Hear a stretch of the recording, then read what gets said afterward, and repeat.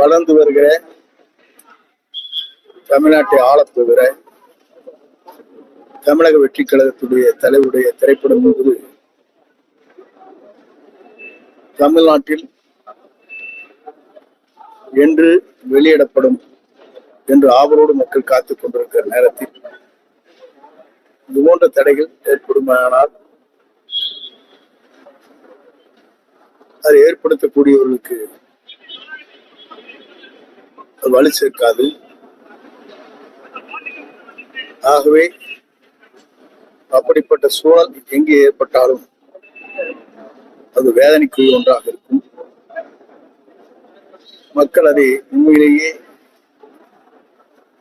வளர்ந்து வருகிற வெற்றி பெறுகிற நாளை முதலமைச்சராக ஆகப் போகிற அவருடைய திரைப்படத்தை தடுப்பது என்பது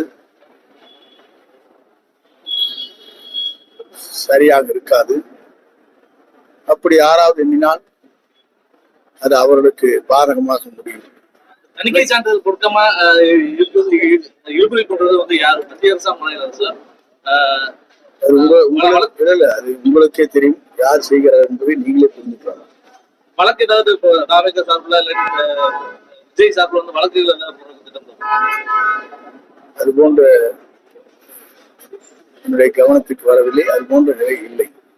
ஈரோட்டில் நடந்த கூட்டத்துல வந்து பிஜேபி கூட்டத்துல வந்து பெரியாரை நீக்குவோம் அப்படின்னு சொல்லிட்டு முன்னாள் அதிமுக அமைச்சர்கள் வச்சுட்டு பேசியிருக்காங்க. இது எப்படி பாருங்க? ஈரோட்டில் நடந்தது பெரியாரை பத்தி பெரியாரையை நீக்குவோம் பேசியிருக்காங்க. ஆனா அதிமுக முன்னாள் அமைச்சர்கள் யாரும் ரியாக்ட் பண்ணாங்க.